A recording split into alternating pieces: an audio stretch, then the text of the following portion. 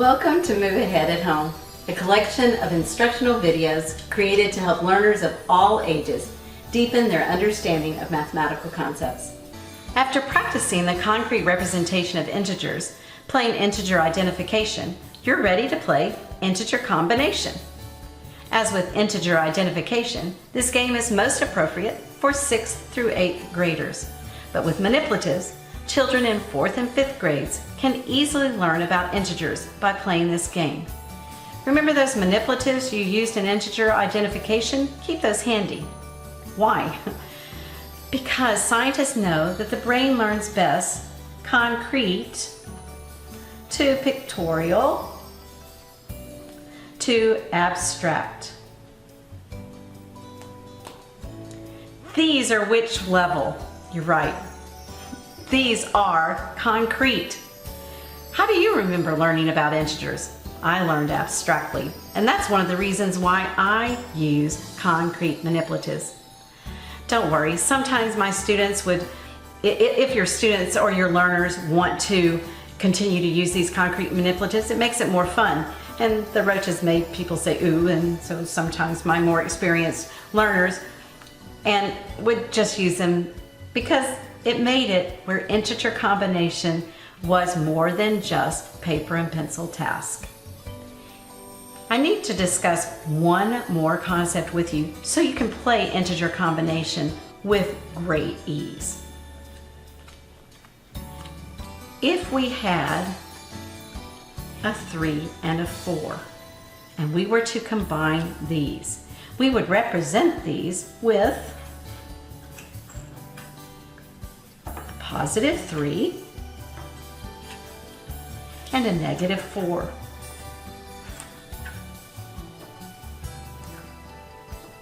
Now what happens when we combine these? When we pair these up, the additive inverse property says that when we combine these, we make 0 pairs. So when we combined negative 4 and positive 3, we ended up with negative 1. Let's look at that with roaches. Same thing. We have negative 4 roaches.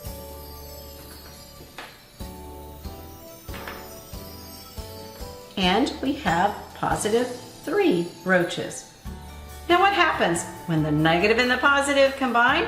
They are, the negative and the positive form a 0 pair, or they added or represent the additive inverse property. And we end up with 1 negative roach, who's probably aiming to go toward that picnic table. Now you understand 0 pairs, or to the additive inverse property. Let's remove those face cards and 10s. We'll let the ace cards represent 1. And let's start to play integer combination. Let's turn over just the first 2. Let's try one. Positive 2 and a negative 1. Positive 2 ladybugs and a negative ladybug. When you combine those, look at that. There's the 0 pair. What did it leave us with? Positive 1. When you combine the integer positive 2 with the integer negative 1, you ended up with positive 1. You see how to play?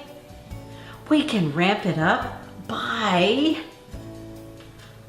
taking and making 2 cards each, and the player who has the greatest amount when their integers are combined wins that number of points. How many here? That is 3 minus 1 equals 2. This is negative 6 plus 2, and that equals negative 4. Who had the greatest amount? Positive 2. What if your learner's not understanding this? What do you go back to? That's right, you go back to the concrete manipulatives. This is going to transfer and will help them understand how to combine integers. It will also really help them when we start to simplify by combining like terms. Right now, we're practicing the integers, and we are going to become experts using concrete manipulatives and mental computation. Thank you for watching this video. If you like what you saw and want more, visit my website, glennatabor.com. There are over 100 games there you can download all for free. The games are fun. They teach the concepts your children need to be learning right now. If you have any questions or you'd like to see games for other concepts, please let me know in the comments section below. If you like this game, be sure to click the subscribe button so you'll know every time a new game is added. See you next time as we move ahead at home.